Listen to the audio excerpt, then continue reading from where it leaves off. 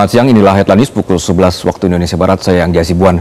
Komisi Divisi Propam Polri menggelar sidang Komisi Kode Etik Polri atau KKEP terhadap Komandan Batalion atau Danyon Resimen 4 Korps Brimob Kompol Kosmas Kagae hari ini.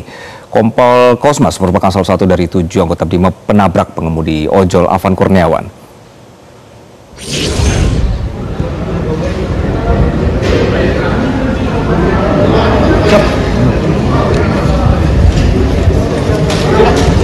Sidang etik Polri ini digelar di gedung TNCC, Mabes Polri, Jakarta Selatan pada Rabu pagi pukul 9.30 waktu Indonesia Barat. Sidang menghadirkan Kompol Kosmas Kagae, salah satu anggota Brimob yang ditetapkan Propam Polri telah melakukan pelanggaran berat dalam kasus tabrakan pengemudi ojol Afan Kurniawan.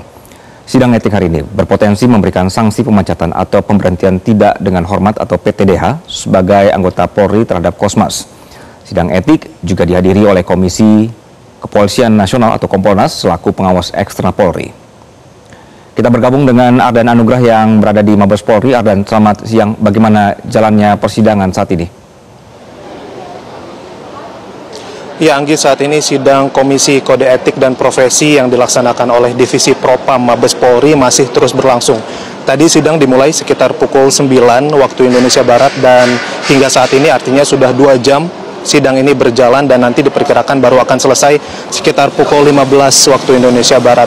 Dan memang persidangan kali ini adalah untuk memutus bagaimana pelanggaran kode etik yang dilaksanakan oleh anggota Brimob Polda Metro Jaya atas nama Kompol Kosmas Kagae, yang mana ia merupakan Danyon Resimen 4 Kor Brimob Polri.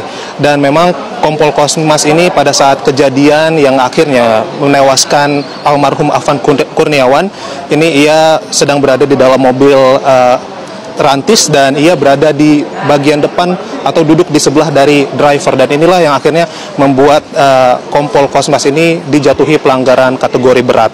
Dan memang Kompol Kosmas ini tadi sudah masuk ke ruang sidang sekitar pukul 9 dan update terbarunya, Anggi, yang paling baru tadi sekitar pukul 10:26 waktu Indonesia Barat, majelis sidang etik ini menghadirkan para saksi, di mana saksinya ini ada 6 orang. Kesemuanya adalah anggota Brimob yang juga menjadi terduga pelaku atau yang sama-sama berada di dalam mobil kendaraan taktis.